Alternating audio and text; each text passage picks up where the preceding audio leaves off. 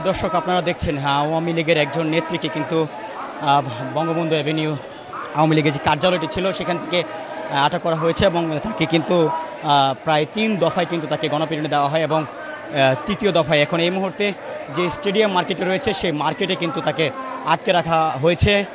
প্রথমে আইনশৃঙ্খলা বাহিনী চেষ্টা করার পরে কিন্তু আইনশৃঙ্খলা বাহিনী এই মহিলাকে রক্ষা করতে ব্যর্থ হন, তারপরে কিন্তু এক প্রকার না পেরে কিন্তু জনতার হাতে তুলে দেন এবং আমরা দেখছি তাকে কিন্তু এই মুহূর্তে আটকে রাখা হয়েছে এবং তাকে 2-3 দফায় কিন্তু গণপিটুনি দেওয়া হয়েছিল।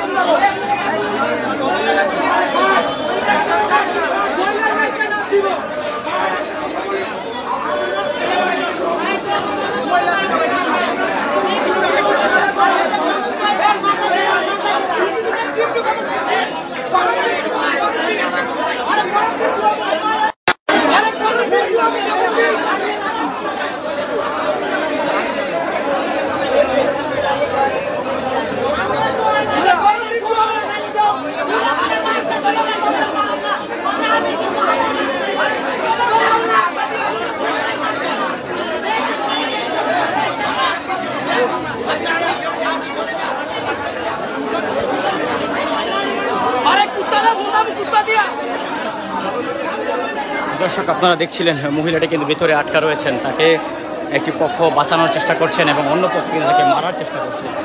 ঠিক কী হতে পারে মহিলাটির সাথে? যিনি আওয়ামী লীগের মহিলা নেত্রী তিনি এসেছিলেন আওয়ামী লীগ কেন্দ্রীয় কার্যালয়ের সামনে, তাকে প্রথমে যে বিএনপির নারী নেত্রীগণ আটক করেন, তারপরে কিন্তু তাকে পুলিশের হাতে সোপর্দ করা হয়, কিন্তু পুলিশ কিন্তু তাকে রক্ষা করতে ব্যর্থ হন। তারপরে কিন্তু আমরা দেখি